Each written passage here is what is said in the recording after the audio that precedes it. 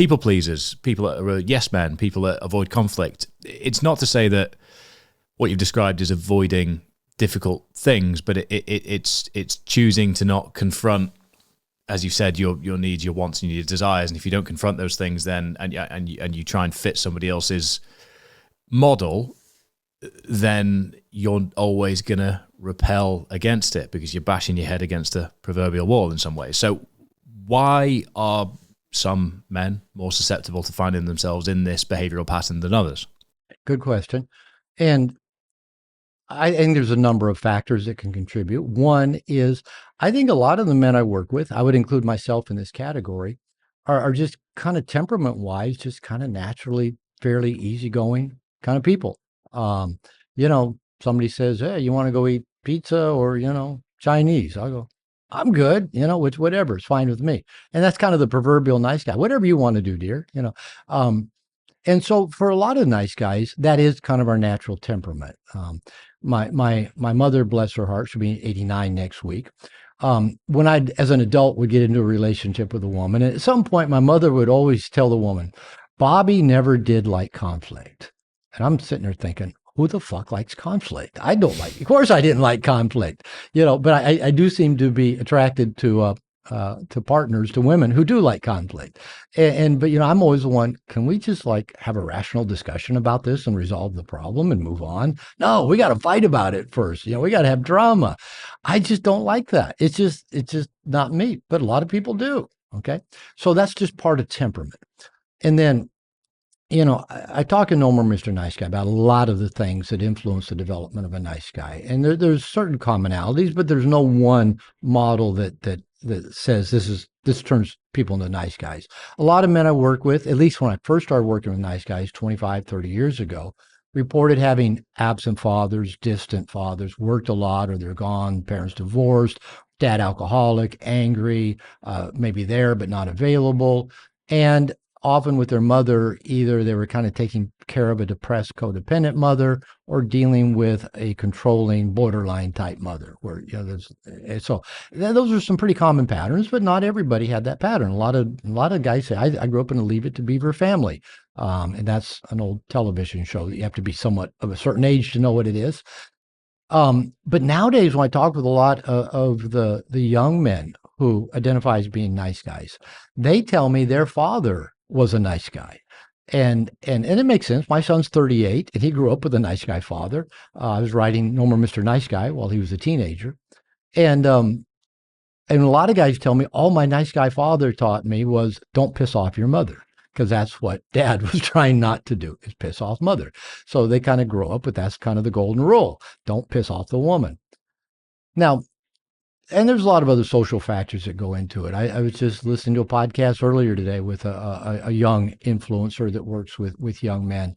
And he was just referencing, the hashtag Me Too, that if a guy, was, say, adolescence, when the whole hashtag Me Too thing came out, he might, really do everything under the sun to not ever come across, in any way that feels at all threatening to a woman. So he's going to be extremely passive. And maybe the women are even kind of more attracted to more of the little boyish looking passive young men because of their issues, with all of that. So a lot of things can play into this. But I think if you take it back to, I'm my doctorate's in marriage and family therapy. So, I had a fair amount of child development, human development courses. You go back to the very beginning.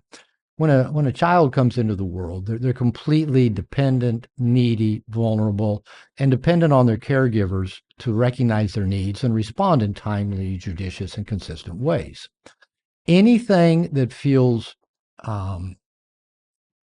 anytime they don't get a need met, baby's hungry and they don't get fed, cold and they're not wrapped up, got a tummy ache and they don't get burped, and they mess in their diaper, they don't get changed. Any of these experiences feel painful to a child, and they feel like an abandonment. And I remember in Child Development 101 hearing that for a child, an infant, abandonment equals death, and it does. If a child is not taken care of, they're going to die.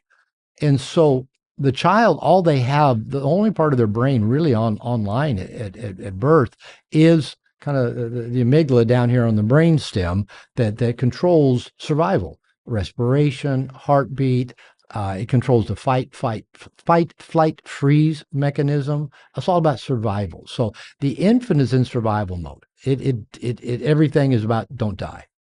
So when any child experiences an uncomfortable physical, emotional piece, they don't have the reasoning brain to figure it out. They assume they're the cause of it. Children are narcissistic by nature. They are the center of their world. And without being able to think about it, they're operating on basically the operating system of a reptile. They have to figure out how to manage the uncomfortable feelings they're feeling. And a second thing is try to prevent those uncomfortable feelings from happening again.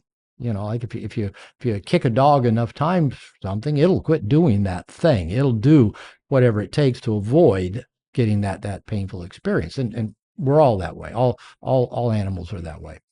So here we are at a very early age. Prefrontal cortex, reasoning brain isn't online, won't be online for a while. All we are is in survival mode. And the theory is that amygdala down in the brain stem also stores up emotional memory. And that emotional memory that gets stored up is like our machine language, our operating system. And so we internalize inaccurately at a very young age beliefs about ourselves and the world. And so while we're trying to manage our uncomfortable feelings, some babies suck their thumbs, some babies eat, some babies cry, some babies don't cry, some babies don't eat, some babies smile a lot. So babies do whatever will make them feel better and increase the odds of them having pleasant experience, not unpleasant experience. I sucked my thumb till I was in kindergarten. So, maybe I was dealing with some uncomfortable emotions. So that becomes our emotional operating system, our machine language. We carry that into young childhood. As we grow, we begin to be able to see the world. We get more mobile. We be able to reason. And now what happens is we just kind of start gathering more data that gets layered on top of that basic emotional operating system about who we are and how we fit in the world. Everybody does this. Nice guy syndrome is just one of many ways to manage those uncomfortable feelings and try to prevent them happening again. And so that's why we try to become what we think people want us to be, hide anything that might get anything negative.